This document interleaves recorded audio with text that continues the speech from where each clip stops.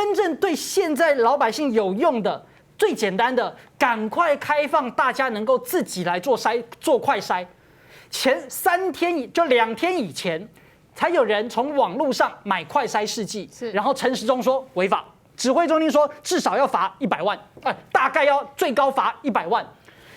那大家平常都在量体温啊，量体温的目的是什么？就是害怕自己确诊嘛。但是我买快筛试剂为什么违法？对吧？不是很荒谬吗？这个防疫措施就是很荒谬啊！一定坚持说一定要有医事人员在才可以做快筛。那为什么在其他的国家，家乐福都可以买得到快筛？先别说家乐福都可以买得到疫苗 ，7-Eleven 都可以买得到快筛试剂，网络上一买下来，天天吐个口水，我搓个血，就像验血糖一样，有那么困难吗？你还要活在过去那种不筛就没确诊的这种概念吗？然后到今天最新的消息公告了，说哎呀，企业可以自费来做快筛，但是也是要有医事人员执行。那最简单的问题，那网络上买还合法吗？那跟谁买啊？跟谁买啊？现在买需要罚100万吗？那前几天被罚100万的人，他不就很衰？他不就很倒霉？还是要罚，法律还是要罚。对，还是要罚。那法律这样子变动来变动去，指挥中心根本就没有一个正确的、客观的规律来供老百姓来做指引、来做执行。所以快筛的事情，第一个我们还是呼吁政府赶快开放，让每一个人都能够自己做快筛。第二个就是实际上应该要做认真的隔离了。就是疫情发展到这个状况，应该要做认真的隔离。在疫苗还没来之前，隔离就是唯一的手段。这什么隔离？就是彻底的封城。我记得在去年的时候看过一个这个外国的首长，然后他类似崩溃的影片，他说都封城了，怎么还有人出去遛狗？如果大家都不待在家里，疫情怎么可能会好？但现在讲难听，台湾现在就是这个样子啊。虽然大家都减少移动、减少群聚，但是大家还是得上班，还是得出门。如果都这个样子的话，那疫情怎么可能会好呢？所以只有彻底的隔离才有办法阻绝疫情，因为没有疫苗嘛。所以只有大家透过14天以上的每一个人都待在家，然后呢，透过检测之后，才能够保护到那个确诊者，尽快的保护出来。第三个呢，就是方舱医院赶快建啊。不然的话，体育馆赶快用啊！这个各大学校的体育馆啦、小巨蛋啦、未完工的大巨蛋，只要地面是平的，空气是 OK 的，都可以使能用的地方都尽量用，我们才能够减少医护人员这些医疗资源的浪费跟设备，才能够把轻症状的人从旅馆里面去解救出来跟解放出来。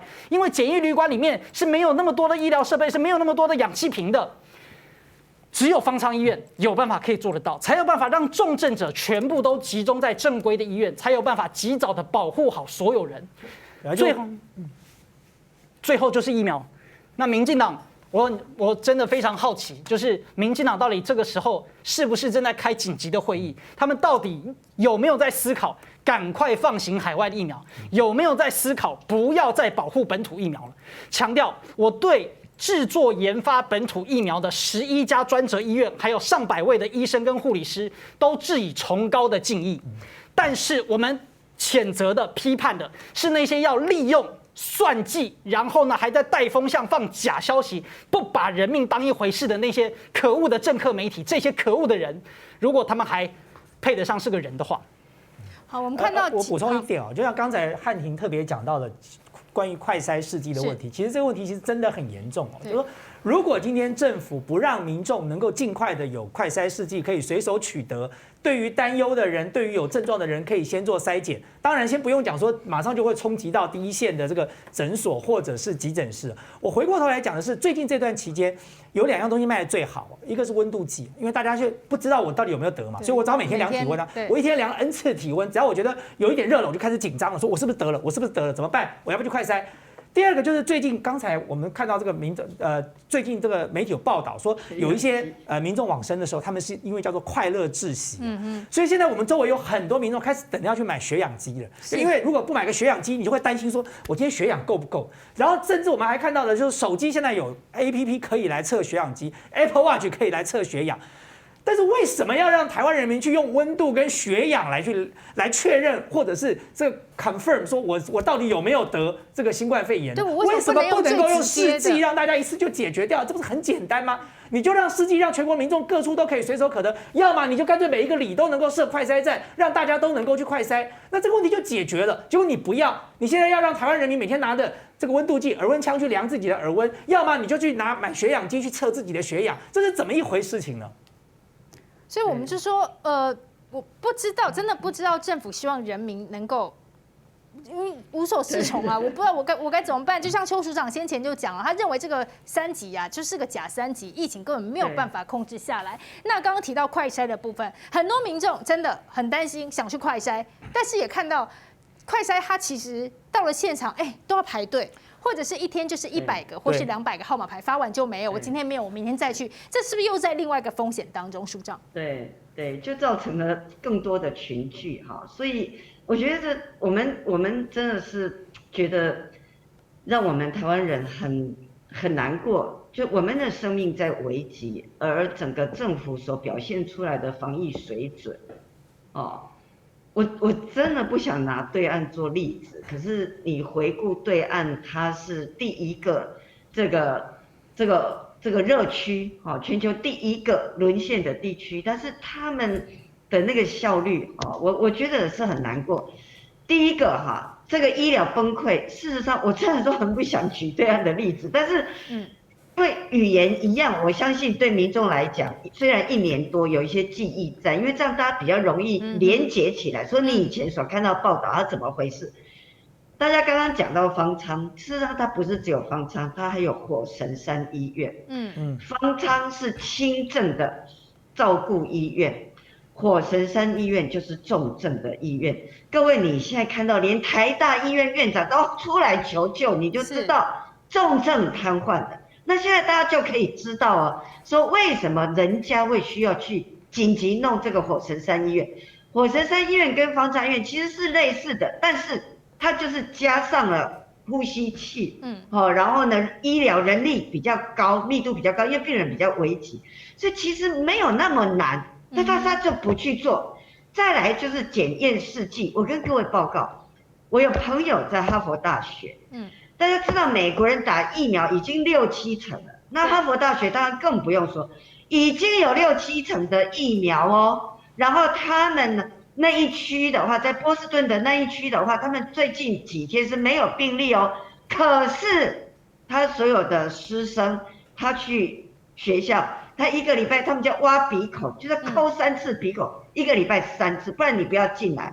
然后他们要开学的时候，9月份要开学，他们要求所有的师生，你都必须要有打疫苗，不然你不要进哈佛。那所以你可以看到说，那连柯 P 也现在火在烧，他要求医护人员打疫苗，也都还有人要骂他。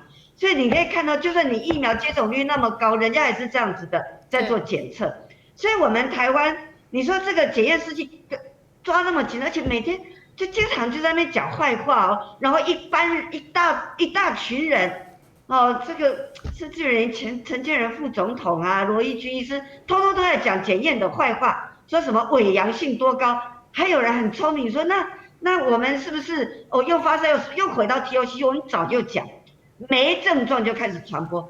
好了，那这个检验我要讲的是说，不论你是3级或4级。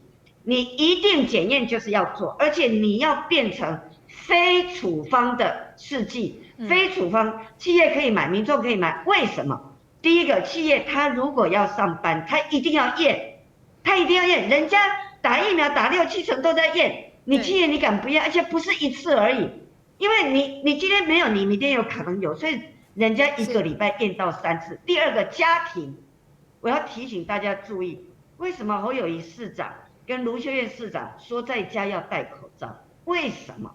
因为当你有社区传播、社区扩散，而你的家人还跑出去买菜，跑出去上班，跑出去干嘛？那哪一个人有感染，你根本不知道，你也没有做检验。所以你可以看到最近的这些病例，对不对？一种就是家庭群聚，有一种前一阵子有聚餐的，现在因为不能聚餐，可是呢，菜市场的购物中心的群聚。那这些的话，你家人你要想要验，应该就要能够验。对，那你高风险族群就是要验啊，大卖场、菜市场，那么交通的这些闸口的这些服务人员，他们要验呢，他们还没打到疫苗之前，他们都要验哈。所以我们你看，我就把检验又过成这个样子，都没有给大家。那当然更不要讲疫苗，我想大家讲的已经很多了，我们都不知道，这明明火都烧到我们面前了，那指挥官手里面，人家大家都已经弄了一大堆灭火器在门口，他就不给这个灭火器进门，人民火在烧，他不给灭火器进门，这到底是什么意思？哦，所以我真的是在这里公开呼吁，我认为司法单位，我们照宪法就5个院嘛，好，那各个院都沦陷，监察院根本就是只会胡闹而已。那拜托一下，那司法领域，司法院到底沦陷了没有？不要眼睁睁看着公务员这样子，明明可预防可遏制，却不预防不遏制，而且是遏制人民、遏制地方政府自救，这太可怕了。对，人民想自救，现在看起来居然也没有办法，因为其实我们大家想问的是说，这个疫情不是今天第一天，它已经这么久了。那其实像看到美国、欧洲都陆续解封了，疫苗打完了，也不用戴口罩了。但是台湾在这个时候，我们居然会在这个时候陷入这样的一个状况之外，就是没有才发现政府原来根本没有准备好嘛。就像我们人民想自救，我想要自己快筛可以吗？不行。我每天量体温，就像委员说的，我自己量体温，或者是我要自己测血，还没发病就会传播嘛。对，还没发病就会传播，所以你不能够相信体温。体温是 SARS 时代18年前可以用，SARS 发烧以后才会传染。是，但是现在呢是无症状就能传染，所以现在的快筛就是那时候的体温计。对，所以现在我们需要就是说，政府你为什么不开放，让大家自己能够来做这快筛？我们一直求他，然后他就捏在手上啊。所以我说他是一个，他挡疫苗、挡检验，他不挡病毒，他把病毒开进来，开国门让病毒进来，然后他挡一切能够救命的东西。对，但人民的这个命啊，怎么会这么？讲难听，怎么会这么不值钱？就是就像杨度讲的嘛，这些人都是杀人共犯，台湾人民要永远记得，就是他们。